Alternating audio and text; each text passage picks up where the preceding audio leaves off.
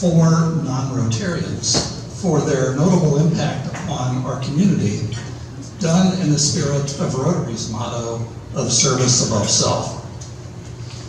In honoring these persons, we also honor the memory of former Rotarian Cap Kilbourne, whose legacy makes these awards possible.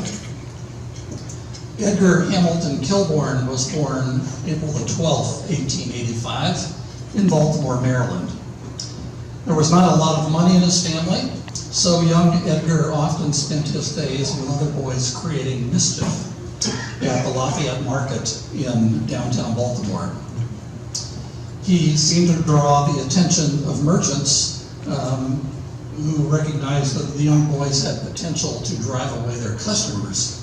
So the merchants purchased wooden guns and gave them to the boys, hoping that that would be a distraction from other misadventures and maybe started a militia, I'm not sure.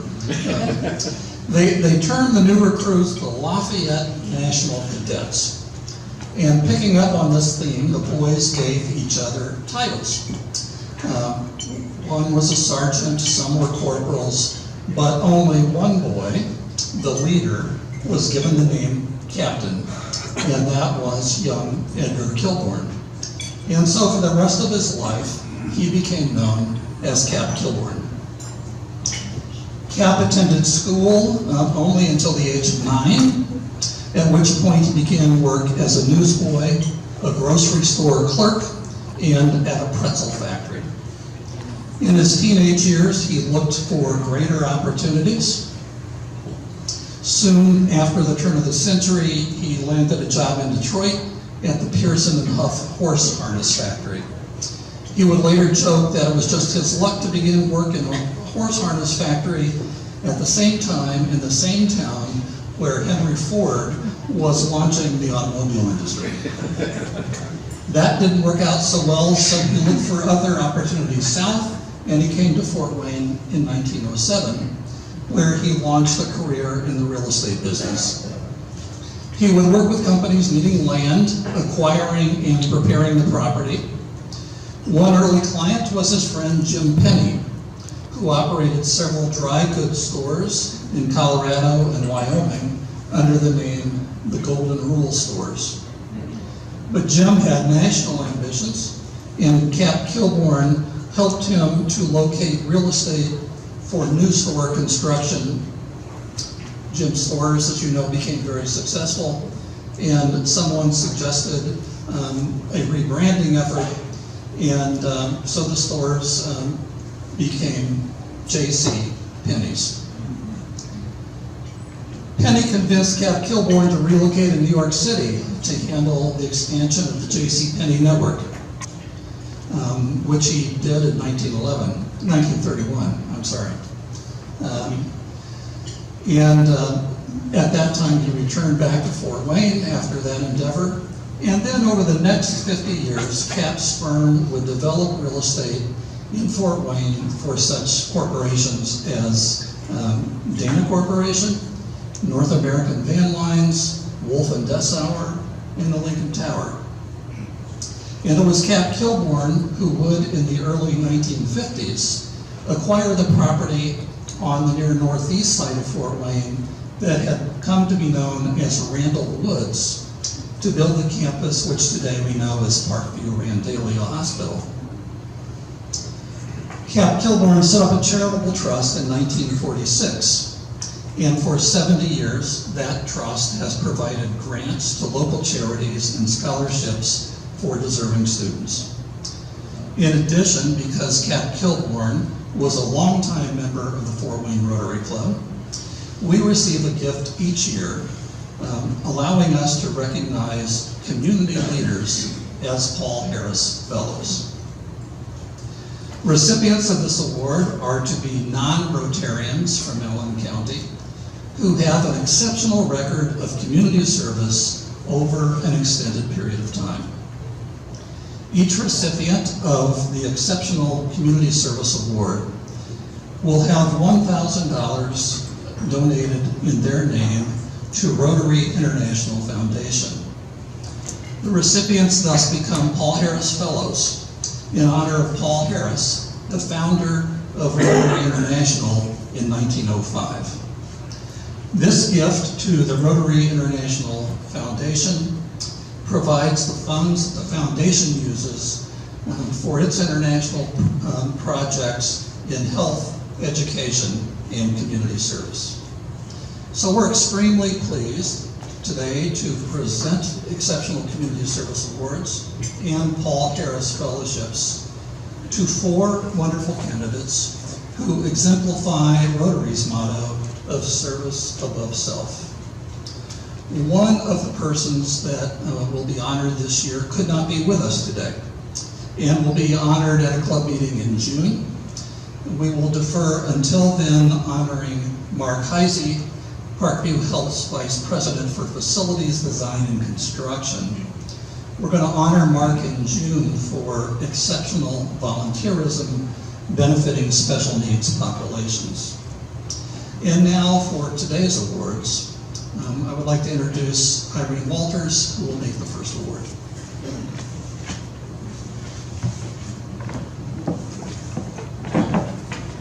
It is my honor to tell you about Ben Eisbart. Ben moved to Fort Wayne 45 years ago, and his involvement in the community has been non-stop since that time. He moved here in 1972 from New Haven, Connecticut, giving up the world of financial investment as a stockbroker to enter the world of social service as the executive director of the Jewish Federation. After working in that capacity for 8 years, he re-entered the business world and served in several executive leadership positions at OmniSource and SDI. He retired as vice president of SDI in 2015, but has definitely flunked retirement. From the day of his arrival in Fort Wayne, Ben has served in an incredible number of board service and leadership positions, reading like a who's who of Fort Wayne civic, fine arts, and social welfare agencies. In fact, the list is mind-boggling, and here I go, just listen. As a public servant, he represented the 4th District as a member of City Council for 8 years, serving as president twice. Served for 4 years as the FWCS school board, on the school board, and has been both the chair and a member of the Fort Wayne Redevelopment Commission, the County Redevelopment Commission, the City Plan Commission, the Metropolitan Human Relations Commission, and the chair of the Allen County Economic Opportunity Council, now called Brightpoint, and is currently serving as vice president of the Allen County Capital Improvement Board. That's just the beginning. He has also lent his talents and passion to the arts and social services. He was the president of the Fort Wayne Museum of Art, as well as the chair of the Civic Theater. He was the founding board chair of the AWS Foundation and continues to serve as a member, along with currently chairing the Philharmonic Board and serving on the boards of the Allen County Library, and he's back on the Civic Theater Board. His reputation for leadership and even-handedness has led him to be appointed by several mayors to serve on various task force and think tanks. An example of one was when Ben chaired Mayor Henry's first-term transition team. Ben not only continues to lead and serve, but he is generous with his time in mentoring the next generation of leaders. All told, Ben epitomizes service above self and is a most worthy recipient of Rotary's highest recognition, the Paul Harris Award. Let's welcome Ben.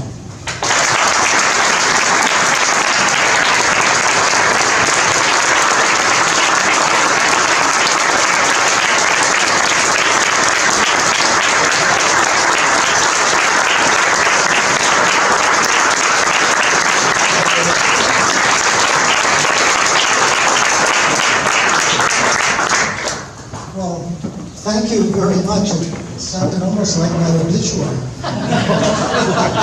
By the way, for those that are concerned, I asked Bernie Sanders to hold up the IPF rally so you can get there if you like.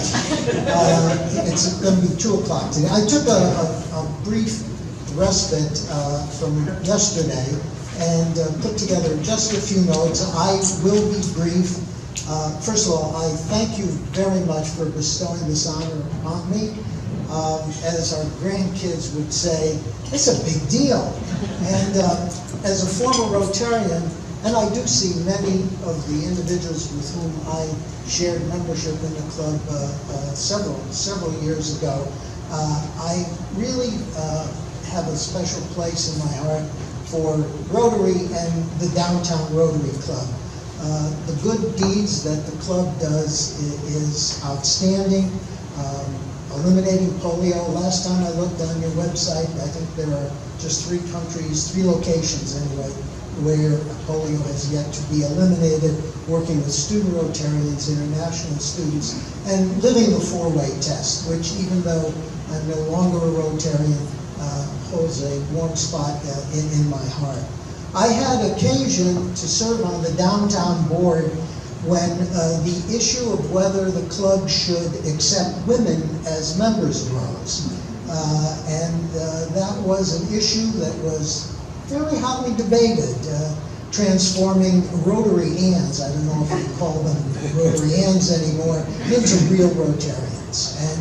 And with the likes of Barb Watchman, Irene Walters, obviously this was a decision that was long, long overdue.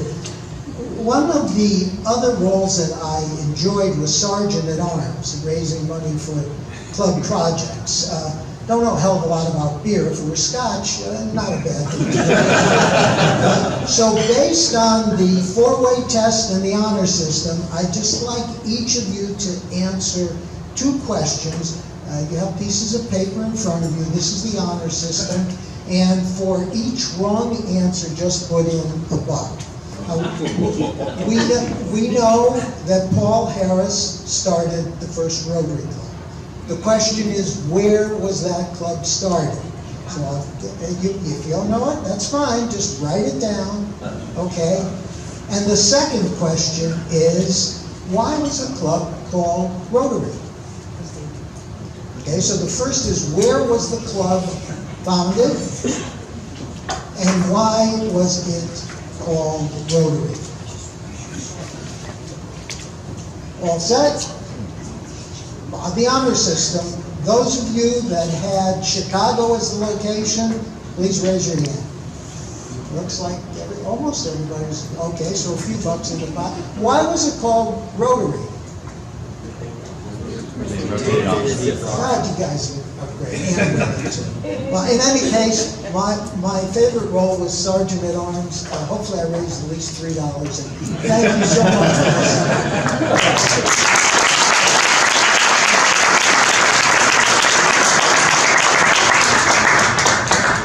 Congratulations, Ben. Thank you.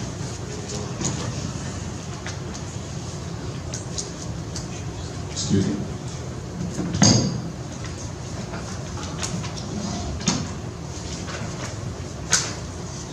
Mr. President, Mr. Chairman, and fellow Rotarians, I am John Kowalczyk, and I am here to present the second award today. Born in Fort Wayne, graduated from Northside High School and Indiana University and its School of Medicine, Dr. Thomas Hayhurst has been an active community volunteer for many years. He served on the boards of Arts United and Invent Tomorrow, and he is a founding member of the Northeast Indiana Passenger Rail Association. He served stateside during the Vietnam War era as a general medical officer in the United States Air Force, and he has been involved in politics, sometimes a winner, sometimes not a winner. Dr. Tom's contributions to our community in the medical field cannot go unnoticed. He completed pulmonary and critical care fellowships and practiced as a specialist in that field from 1974 to 2005. He is currently the medical director of the Tuberculosis Control Division of our Fort Wayne, Allen County Health Department. He served on the boards of the Arthritis Foundation and is a founding member of Veterans for Better Healthcare. His medical training stood him well as a Fort Wayne City Councilman from 1996 to 2008, because it was during this time that the council passed an ordinance banning tobacco smoking in public. Then the mayor vetoed the bill. So the council revisited the issue, convinced a sixth person to vote in favor, and overrode the veto, which was enough to make Fort Wayne the second city in Indiana to become smoke-free. But practicing medicine and voting for health-conscious ordinances were not the end of Dr. Tom's community efforts. In 2007, he founded the Multi-County Medical Outreach Clinic in Wolf Lake. Its mission is to provide volunteer doctors and nurse practitioners to serve the uninsured and the underinsured residents of Noble, Whitley, and Kosciuszko counties. The clinic is now headquartered in Columbia City. Dr. Thomas E. Hayhurst, the Rotary Club of Fort Wayne salutes you with our Community Service Award and your second Paul Harris Fellow as an outstanding example of our international motto, service above self.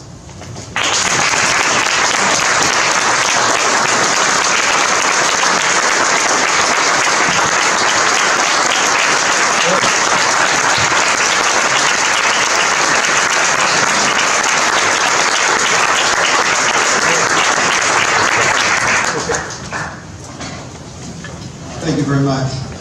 Remembering that the Gettysburg Address was only 2 minutes long, which I've been reminded on many occasions when I was overly verbose, I'll make some very brief comments.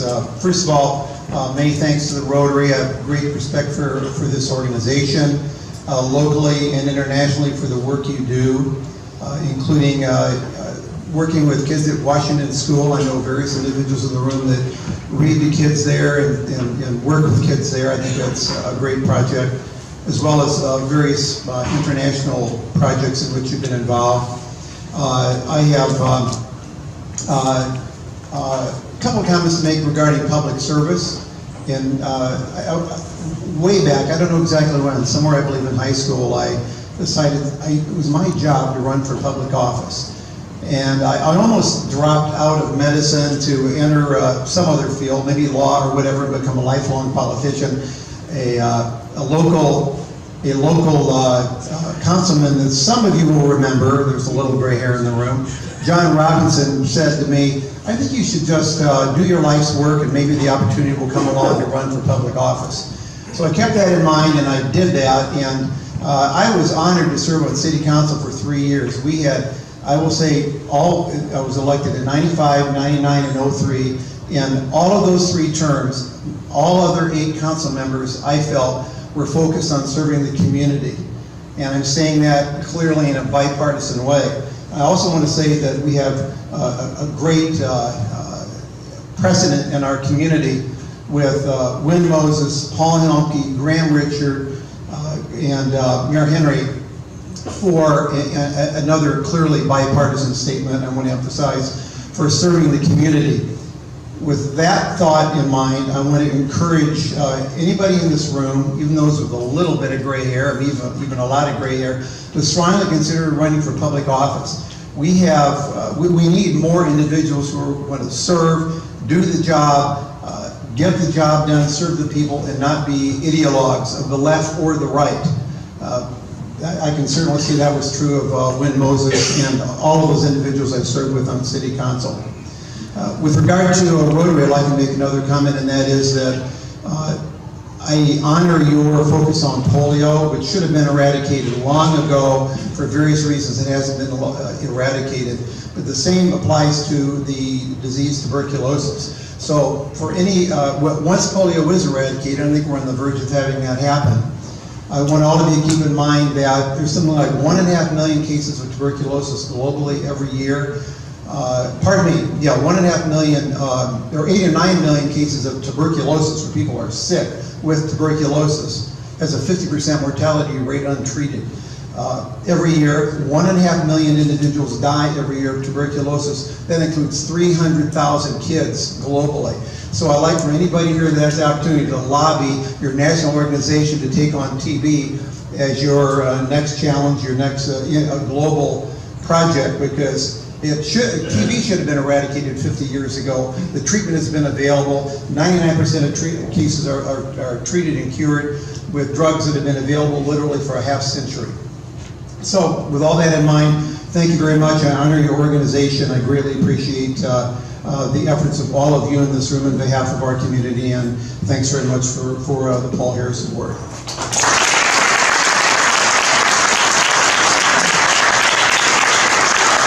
I get a chance to talk about Rachel Tobin-Smith. She is dedicated her whole adult life to keeping children safe, and is truly the children in this community. She is their best friend. Her passionate service has made our community stronger and better for our children. As you all know, Rachel is the Executive Director of SCAN, Stop Child Abuse Now, and has been in that role since 1985. Since then, the agency has really grown from almost a one-man shop with a budget of $29,000 to now an employee base of over 200 with a budget of $16 million, which provides service to 28 counties in northern Indiana. Rachel has been an innovator in programming. She developed a multifaceted education program that reaches more than 2,700 children and adults in northern Indiana. She oversees the Be Someone Now program, which helps young adults who have dropped out of school pass their high school equivalency tests and prepare for additional schooling in the workplace. I got to know Rachel the best by volunteering in that program. And I saw her in action, and you all know how hard it is sometimes to communicate with that age group of 16 to 24 sometimes, and she was magical, and she's magical with every age group. And I saw the work that was being done to help these kids. She has a passion for keeping families together when that's possible, and helps facilitate with parenting programs and counseling. She provides needed counseling and visitation services that take a broken family and help make it healthy again. But all of this is done for just one reason, and that's for the child, which is always the priority. She founded the Healthy Families Allen County Collaboration and instituted the first Healthy Family program in the state. Rachel has served on so many boards and committees. And these are just a few.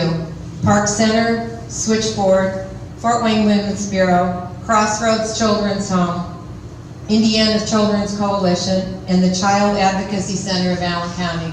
So you can see anything that involves protecting children, she's in a leadership role.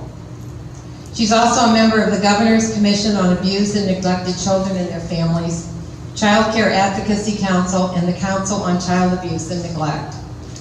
She has a multi-page listing of continuing studies and education courses that she has taken that demonstrate in yet another way her commitment and passion for her life's work. Over the years, Rachel has become a respected leader in the field of child advocacy. Her ability to bring people to the table and collaborate with others has brought positive change. She's a terrific leader, a gifted teacher, and a passionate defender of children, in addition to being like an all-around nice person and fun. Rachel has earned many accolades and awards for her work, quoting one of her many fans. Although she has received many awards and commendations, she will tell you that her work is the most rewarding. Knowing that she is helping real families with real-world problems, that's her motivation. And it's not just her job, it's her life. I have known Rachel for a number of years and have had the privilege of working with her as a board member of SCAN. She's a tireless worker for kids and families. For over 30 years, she has been literally a 24-hour-a-day, 365-day-a-year advocate for the children of Northeast Indiana. Our community has been blessed by your service, Rachel. It's been a privilege to know you and an honor to be here to talk about you. Your impact on our community is nothing short of extraordinary. Congratulations on this terrific honor. Your lifetime of service has made our community better for us, and we are very grateful to you.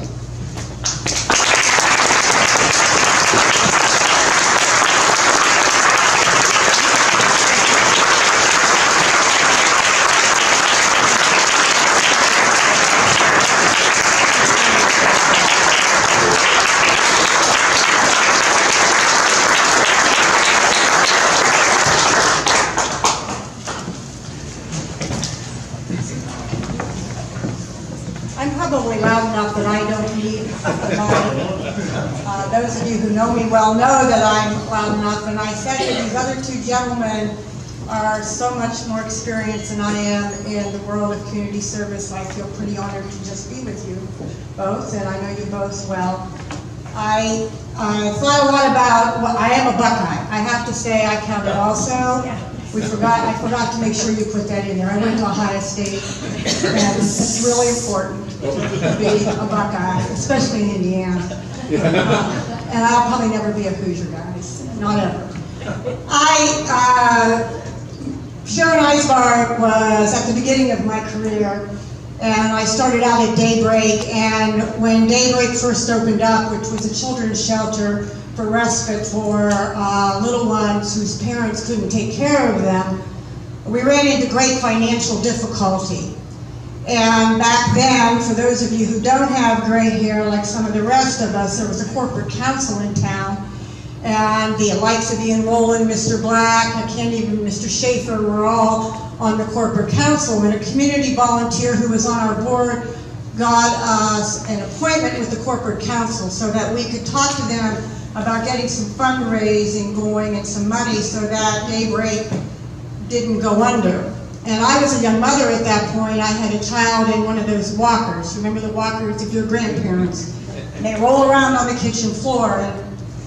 And this is over 30 years ago, and I wasn't very old then, but I am old now. But I was about 31 years old to be exact, and my daughter is going around in the walker on the floor, and I'm preparing my speech, and I have this pale pink suit on. That way, back then, women always wore suits. They didn't wear dresses because we needed to fit in with the suits. And my daughter is rolling around in her walker, and she comes over to me, and of course, stupid mom, I had given her jelly, grape jelly. And guess what she did? She grabbed me around the legs to stop me as I was pacing with the grape jelly. And the grape jelly got all over my skirt, and at that moment, I just became enraged. And I could have easily have reached down and grabbed that child and picked her up and shaken her, because that's how I felt inside. But there, because of some education, and because I knew there was another suit upstairs in the closet, and because I had the grace to count 10, I didn't shake my child to the point that she became abused and neglected by a mother. But I was lucky. I was a person who had a lot of wherewithal, and many of our parents in our community don't. And that's what my life has been about, and that's what my service has been about, to help all those children who don't have somebody like that, who can take that moment. And my work is to begin and to always stay in touch with those parents for, I hope, another 30 years, but I might not live that long. So thank you all for this honor, but you're really honoring all the parents who I represent here, who every day struggle in our community. Thank you.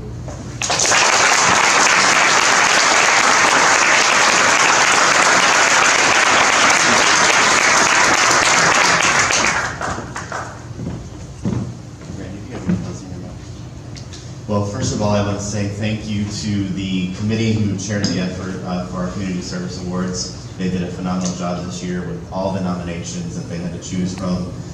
They picked some of the greatest in Fort Wayne. Made me proud to be a Hoosier and a Mastodon for the FTFW folks. And also be a resident of Allen County. So let's give them all a round of applause.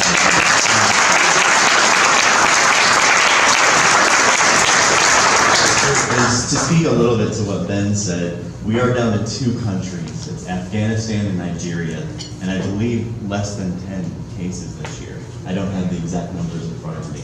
So we're very close. It could be within the next 12 months that it's completely eradicated, that is polio. So that's something else to be proud of and to be a part of now as Paul Harris Fellows.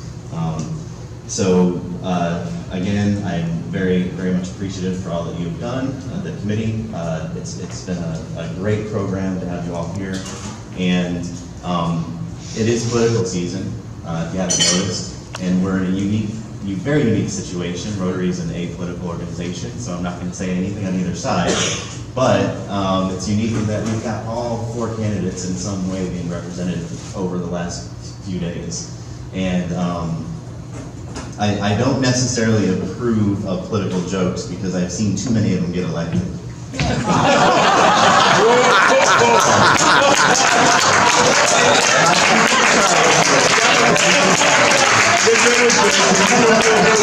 I've got a few points left. There's a little bit of capital there.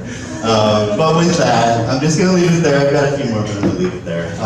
As Rotarians, we look to the 4-way test to guide our thoughts, words, and actions. Please stand with me and join me in reciting the test. Of the things we think, say, or do, is it the truth? Is it fair to all concerned? Will it